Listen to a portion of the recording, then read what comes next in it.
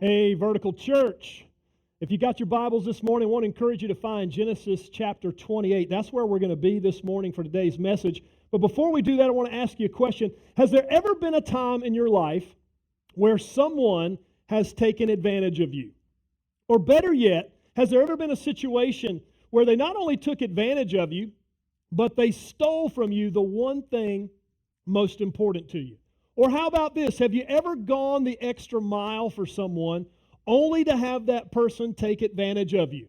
Well, I'm guessing if you're like me, there's been probably many times in your life where you've maybe gone the extra mile or you've done something and someone has taken advantage of you. And the fallout from that is unprecedented sometimes. The difficulty that comes as a result of that, the division, the hardships, the difficulty of relationships that tends to unfold as a result of the betrayal can sometimes be hard to overcome and hard to endure. What do we do when that happens to us?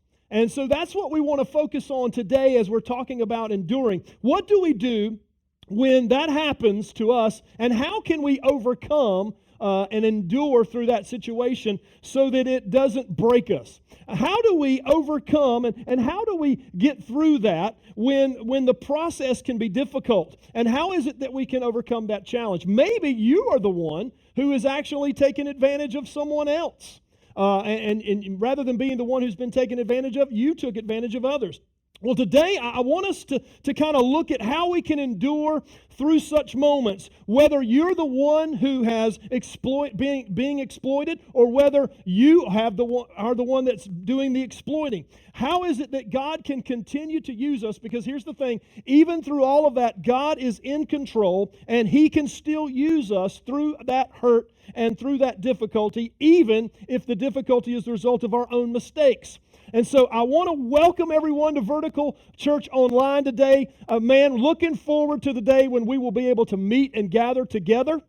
But that day is not yet. And so until then, we're going to continue to meet like this. We're going to continue to come to you in your living room or wherever it is you happen to be worshiping with us today. We are so glad that you're today. We're continuing over the past couple of weeks. We've been looking at biblical characters, and the theme is how they've endured through hardship. And today's story is no different, as we're going to be taking a look today at one of my favorite stories. It's the story of Jacob.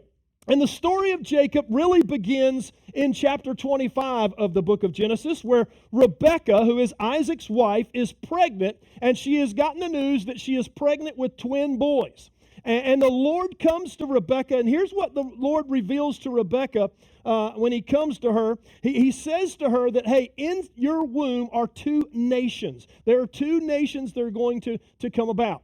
And I want you to know something, Rebekah, that these two nations, the younger child is going to actually rule over the older child. Now, this is really important, and this really is the key to the whole story, because what God is saying to her is that the younger son is going to receive the mantle of the family heritage. Usually in a patriarchal system, what would usually take place is the eldest son would receive the blessing and would actually carry on the name of the family. But in this case, God's plan, God's desire is that this plan is going to be executed through the younger son. And so this is huge because this is key to the story. So Rebekah is about to give birth, and as she's giving birth to the first son, he comes out and he's kind of all hairy, he's kind of rough-skinned, and so she names him Esau, which in Hebrew means hairy one, right? And then the second child who is coming out, as the first child is coming out, as Esau is coming out, the second child is holding on to the heel of his brother. It's almost as if that child is striving with his brother and he's trying to beat him out of the womb. But because he can't get the upper hand, he's hanging on to his heel as he comes out. And as they see this child, they name him Jacob, which in Hebrew means one who grasps the heel, or it can also mean one who circumvents or who overreaches. And which is really interesting because we're going to see in Jacob's life that he is going to be one who is always overreaching or trying to circumvent what God's doing because he can't seem to wait for God. He's got to take matters into his own hands. And so they name him Jacob. And what we're going to see as this story unfolds is this son Jacob, rather than wait for the promise that God has given. Now remember, the promise that God has given to Rebekah is that, hey, there's two nations growing in your womb. The younger son is going to rule and reign over the older son, which means the blessing that was given to Abraham. If we remember in Genesis chapter 12, God came to Abraham and said, Abraham, if you will leave from your family's home, I'm going to take you to a new land, and out of you I'm going to make a great nation. Well, Abraham is the grandfather of Jacob. His father was Isaac, and so his grandfather was Abraham. And so this blessing, this promise that God gave to Abraham was passed on to Isaac, and it's supposed to be passed on, patriarchally speaking, to the eldest son. But in this case, God's desire is for that blessing, which was given to Abraham and which was given to Isaac, is now to be given to Jacob. That's the promise that God has. But I want you to see what happens with Jacob, because Jacob is not willing to wait for that. He's not willing to trust in that. He's going to take matters into his own hands, and we're going to see later in the latter part of Genesis 25 that Jacob is going to take matters into his own hands because he's going to try to manipulate and try to steal this birthright from his brother by getting him to sell it to him for a pot of stew. And then later on, we're going to also see in Genesis 27 this same thing happen again. But because in Genesis 27, Isaac is now up in age. He is just about to die. His health is failing. His eyesight is gone. And he is about to give to his sons the final blessing. And so what Jacob does is to make sure that the blessing comes to him, he's going to trick his father into giving him the blessing. He's going to make his father, remember, his father is blind, and he's going to trick him into thinking that he is Esau so that he will give the blessing, which normally went to the eldest son, that he will give the blessing to Jacob. Now, what makes this even worse is that Rebekah gets in on this deal. She kind of plots with Jacob to trick her husband and to trick Jacob's father into giving him the blessing. But I want you to see the whole time, God is in control of this situation. In fact, God has already spoken on the issue, but for some reason, these people think that they've got to manipulate, that they've got to work things out in their own way rather than trusting on God. Does that sound like anybody in here today, right? Does that sound like you sitting at home? I mean, I don't know about you, but it sounds like me. Sometimes I get ahead of God. I can't wait for Him to fulfill His promise to me, or I don't like the way God's doing it. So I end up taking matters into my own hands, and I try to manipulate things. I am kind of a circumventer sometimes. Sometimes I'm trying to manipulate situations to get it to fall into my favor rather than wait upon God's promise. And we see that here in this story. And as you can imagine, the family dysfunction that now begins to take place. I mean, how low can it be when you take you steal your brother's birthright from your blind father who doesn't know any better and can't see? I mean, is that not the lowest of lows? But that's what Jacob and Rebekah have resorted to in order to trick Isaac into giving him that final blessing. He's already tricked his brother Esau and got him to sell him the birthright. Now he's seeking to steal the blessing from his father. I want you to understand something. Guys, we are notorious for trying to manipulate things. We are notorious for, rather than waiting on God, we find ourselves getting into this place. All of this family dysfunction and difficulty because everyone took matters in their own hands. Now, as you can imagine, Esau is going to come in and he's going to find that his father gave the final blessing to Jacob. Once again, Jacob has gotten the upper hand on him. Once again, Jacob has deceived him. Once again, Jacob has circumvented the situation and he's moved things to his advantage. And you can imagine Esau is firing mad. He is upset. In fact, he's threatening to kill his brother. He's saying, man, when Dad dies, you're in trouble. I'm coming for you. I'm going to kill you, right? And so this is like a bad episode of Jerry Springer, right? This family is in complete disarray. And why? All because these people, every one of them, have sought to take matters into their own hands, and rather than trusting God with this situation and what He had originally said from the beginning, all of them are trying to manipulate the scenario and the situation to their own advantage. By the way, that never works out. That only makes things worse. That only creates more difficulties. I want you to see this. See, Jacob was not the only one who was guilty of this problem, of manipulating things. I mean, Isaac was guilty of this because Isaac's favorite son was not Jacob, but it was Esau. And so we find that Esau got favor from his father Jacob, which is why, from his father Isaac, which is why Jacob felt the need to probably have to manipulate this thing, because even though the promise had been given to Rebekah that the birthright was supposed to go to the younger son, Jacob didn't trust that because he knew that his father's favorite son was Esau. Rebekah was a part of this because guess who her favorite son is? It's Jacob. I mean, after all, God gave the promise to her that the younger son, Jacob, would be the one in whom the family promise would be given to. And so she is working to make sure she's not going to wait on God. She's working behind the scenes and manipulating this thing to make sure it comes out just like God said. And as a result, she ends up creating dissension in her family as well. Jacob and Esau are definitely guilty of this because both of them were willing to do whatever it took to feed the desires of their own heart and their own flesh without any concern about others or what God wanted. I mean, Esau, he was only worried about his flesh. That's why he ended up selling his birthright to his brother to begin with, because he was hungry. And Jacob knew that, took advantage of it and said, hey man, I'll make you a nice pot of stew if you'll just sell me your birthright. I mean, and so Esau was notorious for following after his desires of his own heart, which is probably one of the reasons why God was not going to give the birthright promise to Esau, but instead was going to give it to Jacob. And so everyone in this family, guilty of taking matters into their own hands, of creating this firestorm, this difficulty, this challenge, that now all of them are going to have to endure. And they all are going to pay dearly for this situation. Because when it comes to manipulation, when it comes to sin, when it comes to disobedience, guys, there's always consequences for our actions. And there's always consequences that we're going to have to deal with. I want you to notice the consequence of their actions. Now remember, Rebekah's favorite son is Jacob. Well, guess what?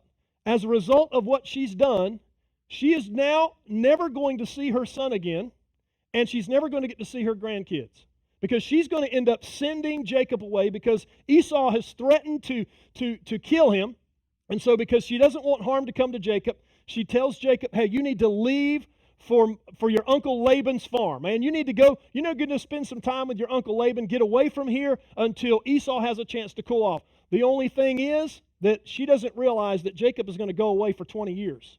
And he's not coming back for 20 years. And during that time, she is going to die.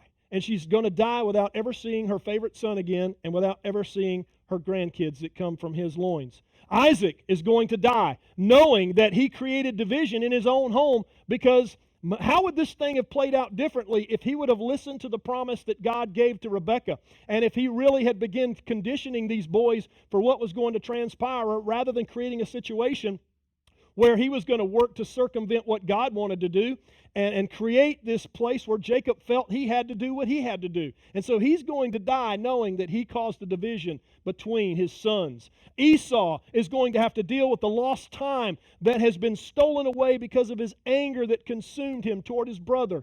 And they're going to lose 20 years as Jacob goes off to spend time with his uncle Laban. And Esau is going to be separated from his brother for 20 years. Jacob is going to have to deal with the reality of missing the funeral of both of his parents. He's going to be with his uncle Laban for 20 years. His dad is going to die. His mother's going to die. He's not going to be able to partake in those funeral processions. And to make matters worse, as we're getting ready to see, Jacob is going to get a little taste of his own medicine. He is going to, just as he deceived his brother and as he deceived his father, he himself is going to be deceived. But notice, through all of this, God is still in control.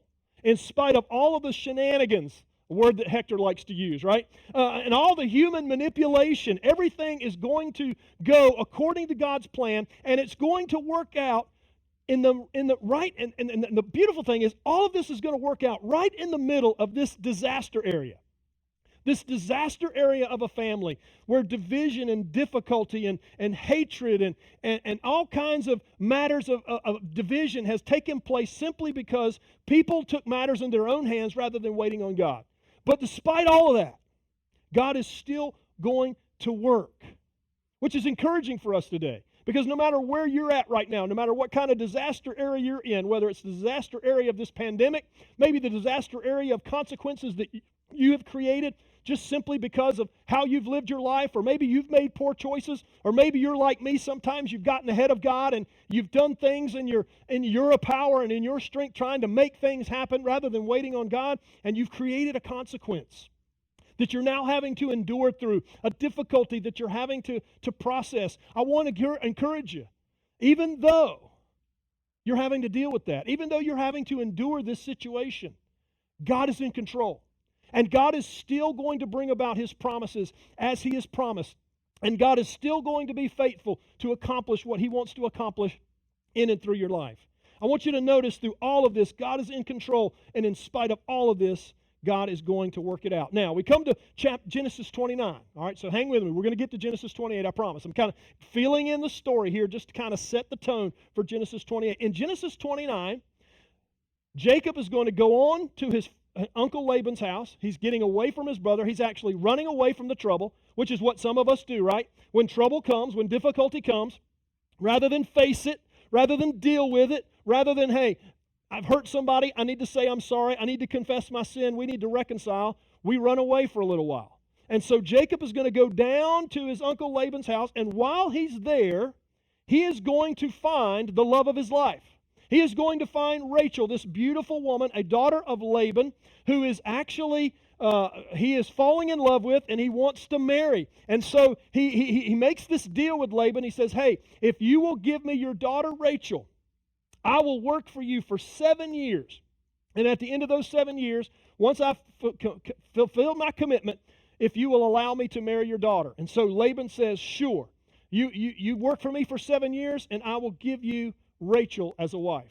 Well, Jacob works for 7 years. But what Jacob doesn't realize is that Laban, his uncle, is just like he is. He is a deceiver. He is a manipulator. He is someone who is cunning, and he will steal the shirt off of your back without you even knowing it. And so he works for 7 years. He gets to the end. It's the wedding day. He thinks he's getting ready to marry the love of his life. And after the wedding ceremony concludes, it is revealed that the woman that he just married was Leah, which is actually Rachel's older sister.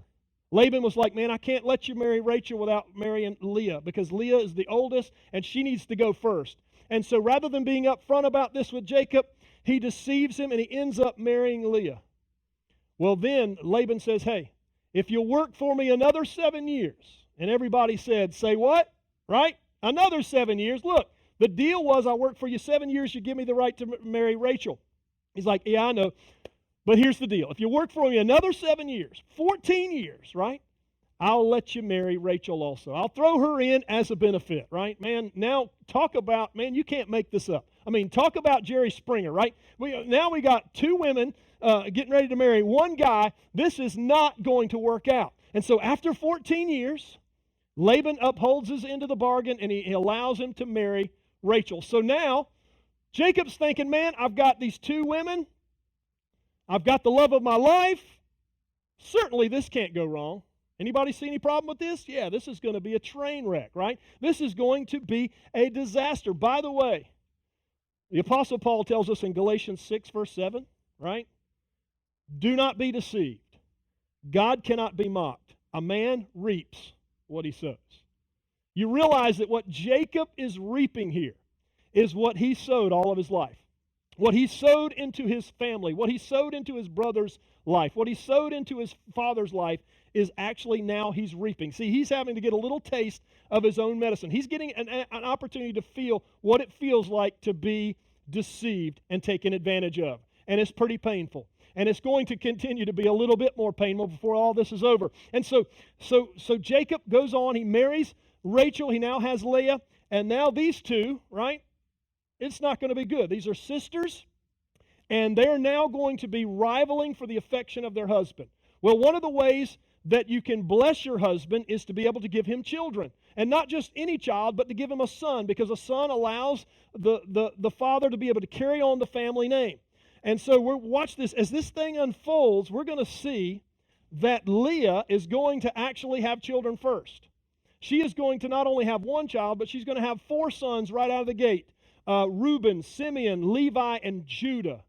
And so Rachel's like, oh man, I got to catch up. Like I'm 4 kids behind. And so because she's having trouble getting pregnant, she offers to Jacob her maidservant. And so she gives her maidservant to him, and he is able to have 2 children with that maidservant, Dan and Naphtali. And then, well, Leah, now there's a competition brewing, right?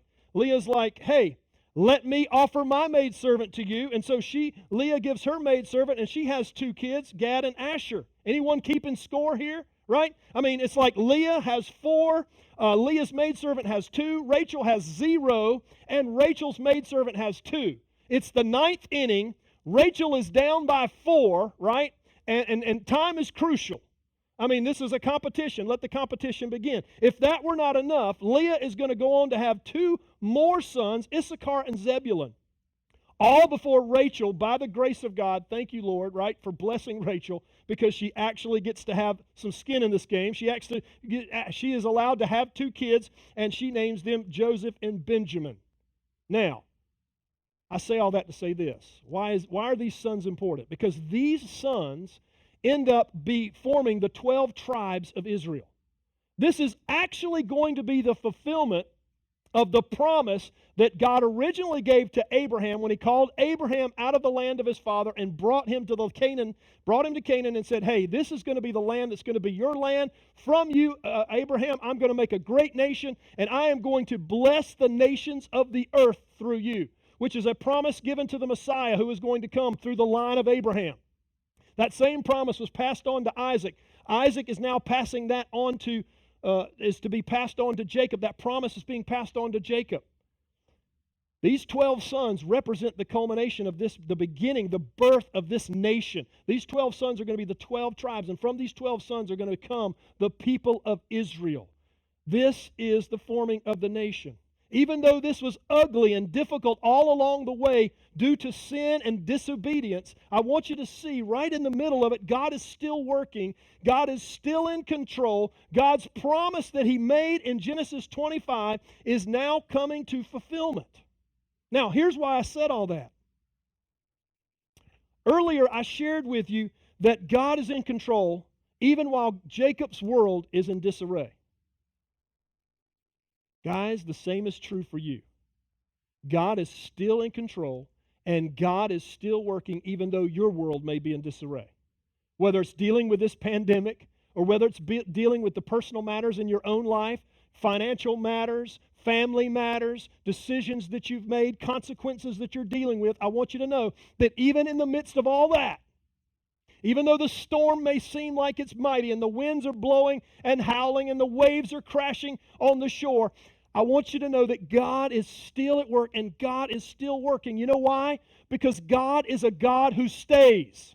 He is a God who stays. He doesn't move, He stays. Even though you and I move, even though you and I might get out of whack, even you and I might take a detour, even though we might get off the path, God is a God who stays. He is a God who doesn't change. We change. We make mistakes. We go in wrong directions. We change. But God never changes. He is the same today as He was yesterday. He is the God who makes His promises, and when He makes us promises, He keeps those promises.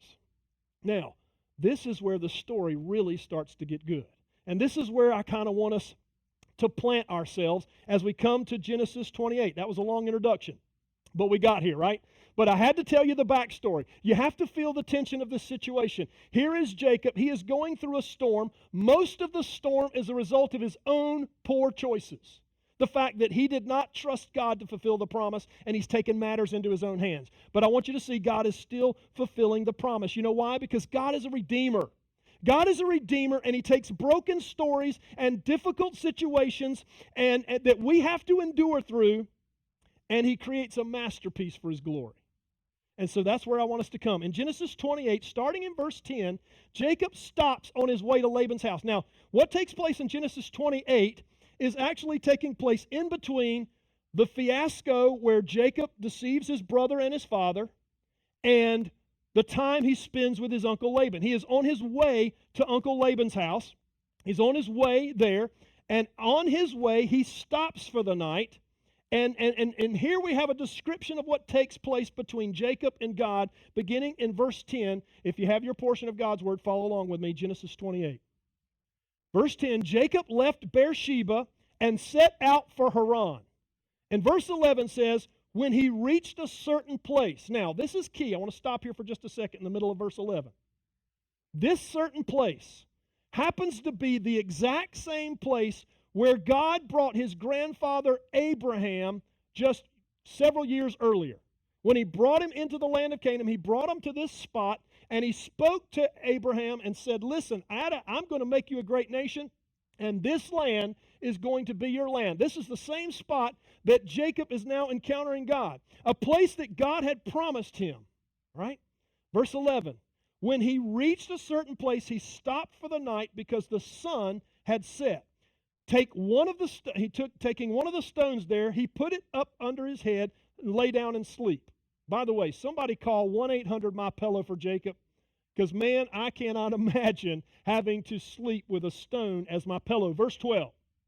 He had a dream which he saw a stairway resting on earth and its top reaching to heaven, and the angel of the Lord was ascending and descending on it. Verse 13, there above it stood the Lord, and He said, all right, so the Lord is speaking to Jacob in this dream. And as the Lord always starts with, He starts with this: I am the Lord, the God of your father Abraham and the God of Isaac.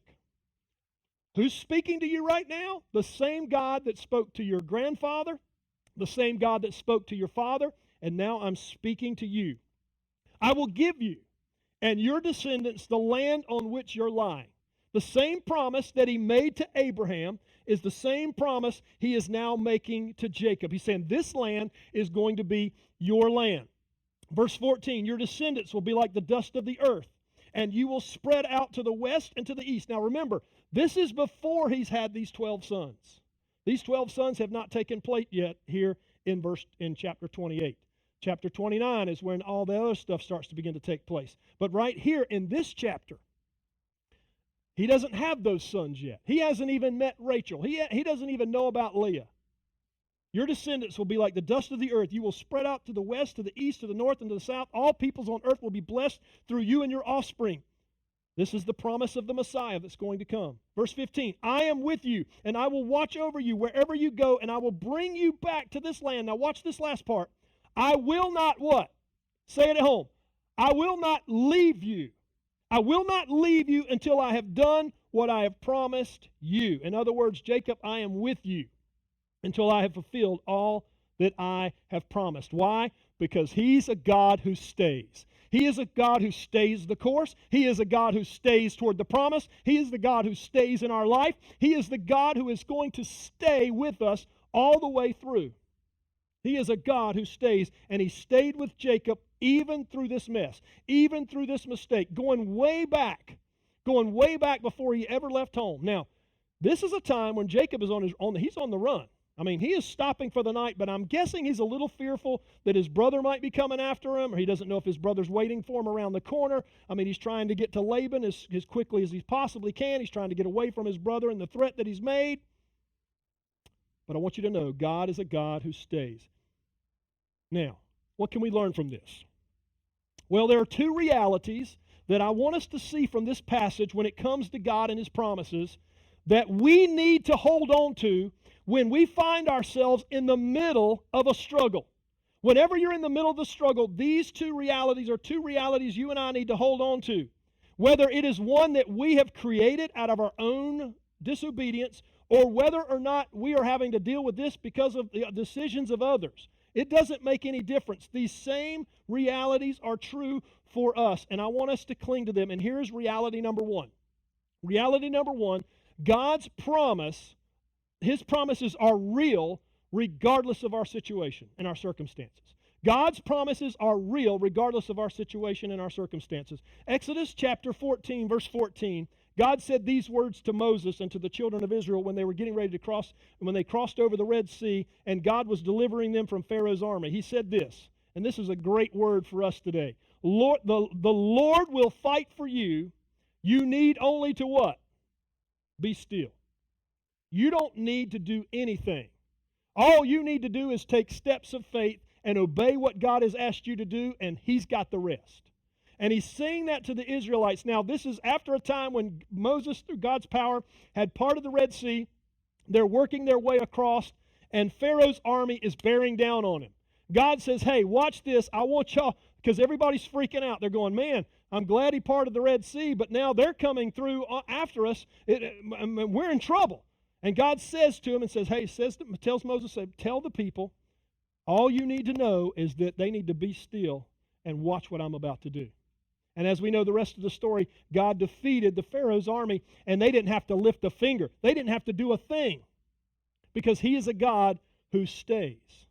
As we're going through these things that we're dealing with today, whether it be uncertainty, whether it be doubt, whether it be the what-ifs that are going on all around us, someone is working on your behalf, and that someone is Jesus. And all we need to do is be still and know that He is doing just that. For Jacob, Esau, Rebekah, and Isaac, God did not need their help to fulfill this promise which He made to Rebekah back in chapter 25.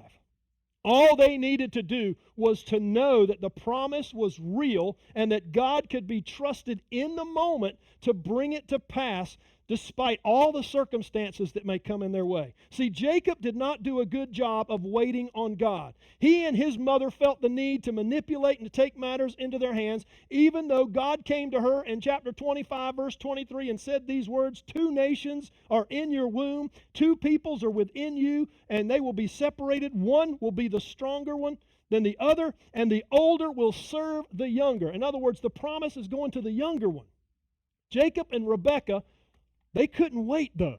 They couldn't wait for God to bring this to pass. They couldn't wait for God to work this out. They felt like they needed to take matters into their own hands, either because they wanted it sooner than God was willing to give it, or whether they didn't really trust God to bring it about as God said He would. Have you ever taken matters into your own hands?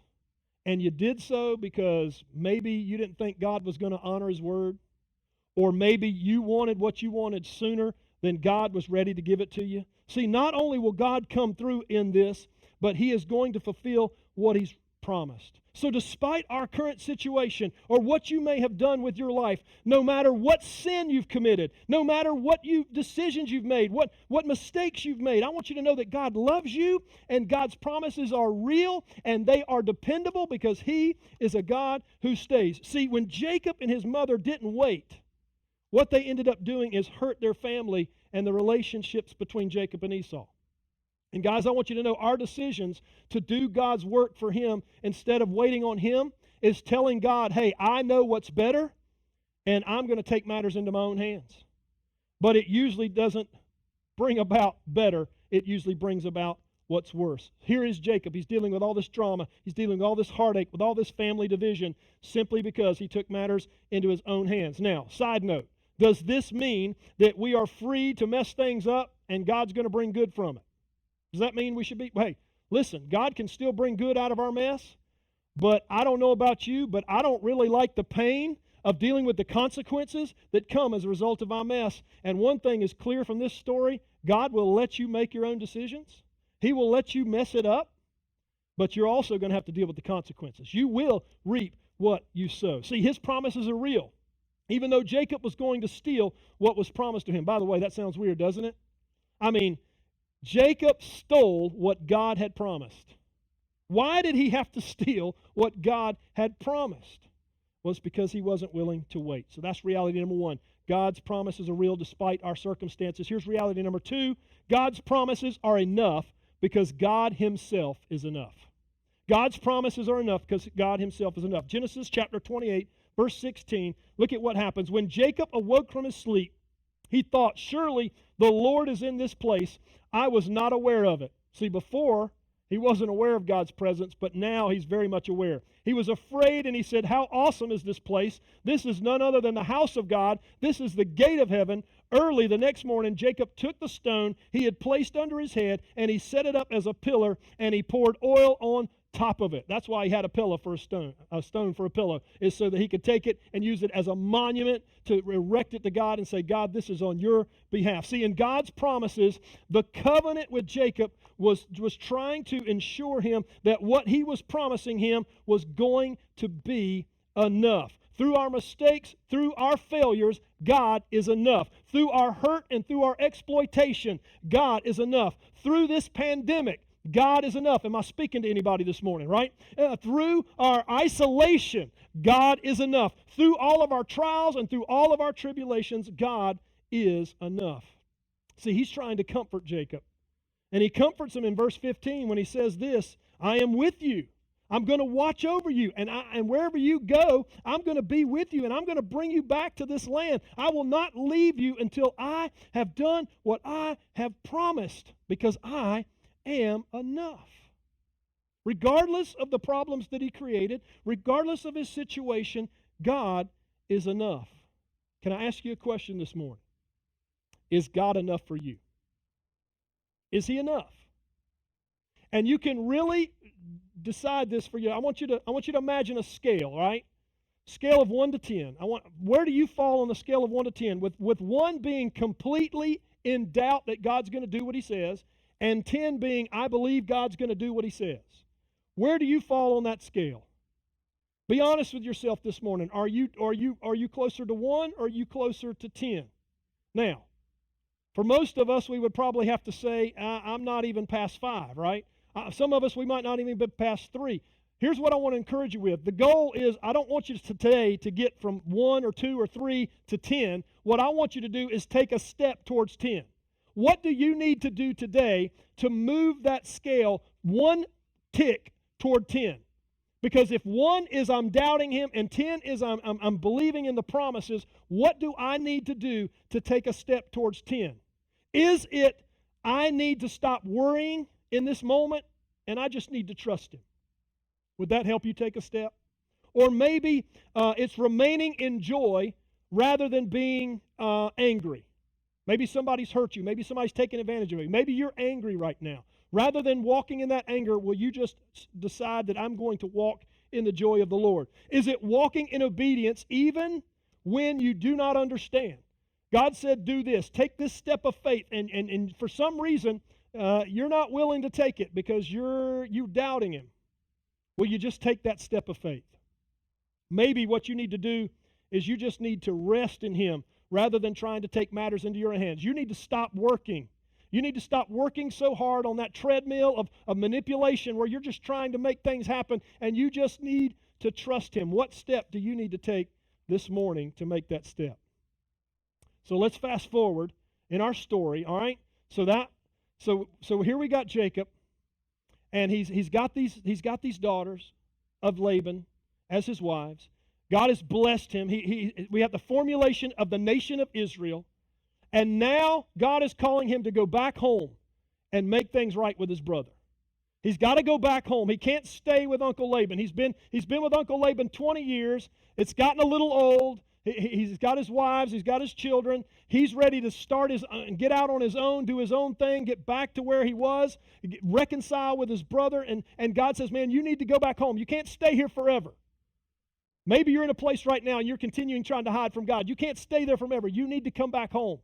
Maybe there's that person you've had a falling out with. You can't stay there forever. You've got to reconcile. And so God says, come back. And what is the promise? I'm going to be with you. Genesis 28:15, right? I'm with you. I'm watching over you. Wherever you go, I will bring you back to this land. I will not leave you until I've done what I've promised. So Abraham's making his way. Genesis chapter 32, verse 9. Watch this. Watch the change in Jacob's life, in Jacob's heart. Rather than manipulating, watch the stance that Jacob now takes as he's getting ready to face his brother for the first time after 20 years. Then Jacob prayed, O God of my father Abraham, God of my father Isaac, Lord, you who said to me, go back to your country and to your relatives, I will make you prosper. I am unworthy of all the kindness and faithfulness you have shown your servant. I had only my staff when I crossed this Jordan, but now I have become two camps. Save me, I pray, from the hand of my brother Esau, for I am afraid he will come and attack me, and also the mothers and their children. But you have said, I will surely make you prosper, and I will make your descendants like the sand of the sea, which cannot be counted. Rather than manipulate, notice what Jacob is now doing. Rather than taking matters into own hands, guess what Jacob's doing? He's now praying, and he's focusing his attention upon the Father. He's saying, Father, I am trusting you. And he's recounting the promise that God has made to him. Now this is huge. Watch what happens. Verse 32. The night that Jacob got up, that night he got up and he took his two wives, his two female servants, and his 11 sons, and he crossed the ford of the Jabbok. After he had sent them across the stream, he sent over all his possessions. So Jacob was left alone. And the man wrestled with him till daybreak.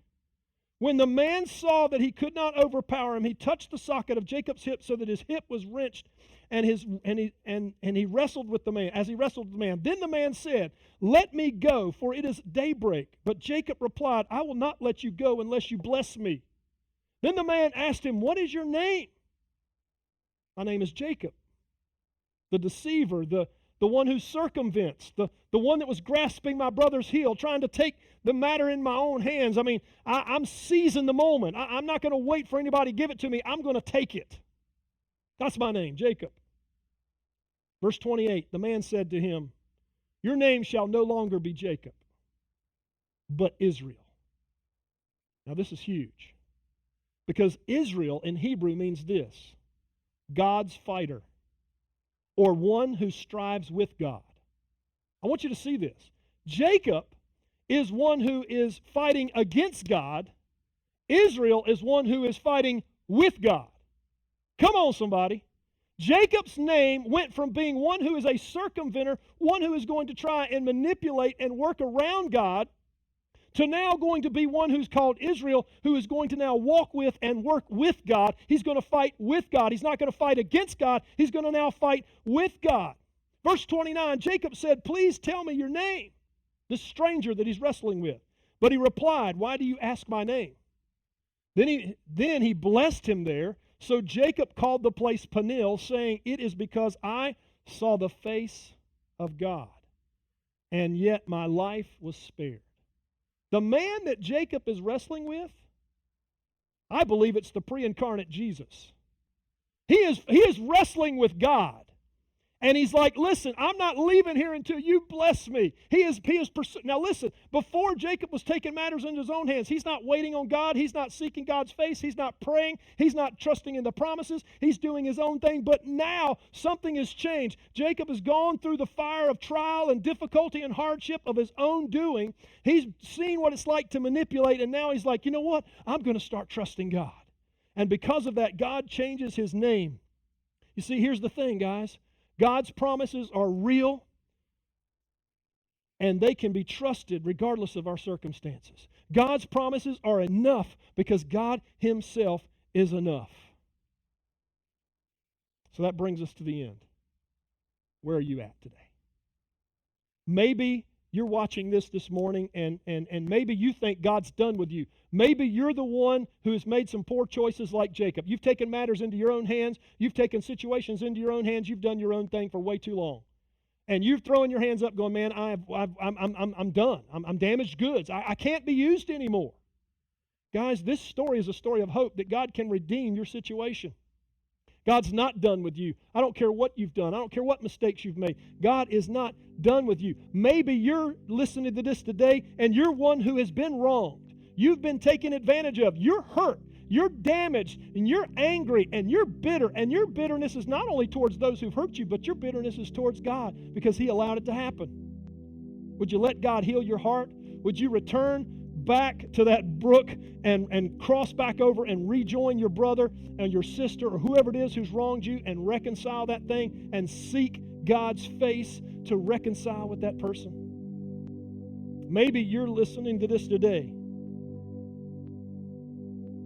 and you need to know that God's promises are real regardless of your circumstances. Right now, your circumstances are defining for you your situation. And what you need to do is let God's promises define your situation. You need to know today that when you do that, God's promises are enough because God Himself is enough. And He is the one who backs these promises. See, here's the thing. Some of us, and I'm guilty of this, I want God to change my situation, my circumstance. But what God really wants to do more than change our circumstance and our situation, He wants to change your name. He wants to change your name from one who is fighting against God to one who is fighting with God. He is wanting to change you from one who is working against Him and around Him and trying to take matters into your own hands, and one who is now going to walk by faith and trust in His promises and let God use you in His war against sin and death and hell. See, God's not done with you this morning. He's not done. He wants to use you. Would you let Him? Because His promises are real despite our circumstances, and His promises are enough because God Himself is enough. Would you pray with me? Lord Jesus, I think we can all identify with Jacob. Lord, we can all identify with one who is trying to circumvent or trying to do a runaround or trying to work around what You're trying to do in our life. We've taken matters into our own hands far too many times. Whether we're one that has been exploited or whether we're one that's been doing the exploiting. Lord, would You heal our hearts this morning? Would you help us to see that You're a God who stays. And You're a God whose promises are real despite our circumstances, despite what our circumstances are screaming at us right now. Lord, Your promises are real. And Lord, You're enough because these promises are enough because You're enough. Lord, help us to see right now in this moment that what You want to do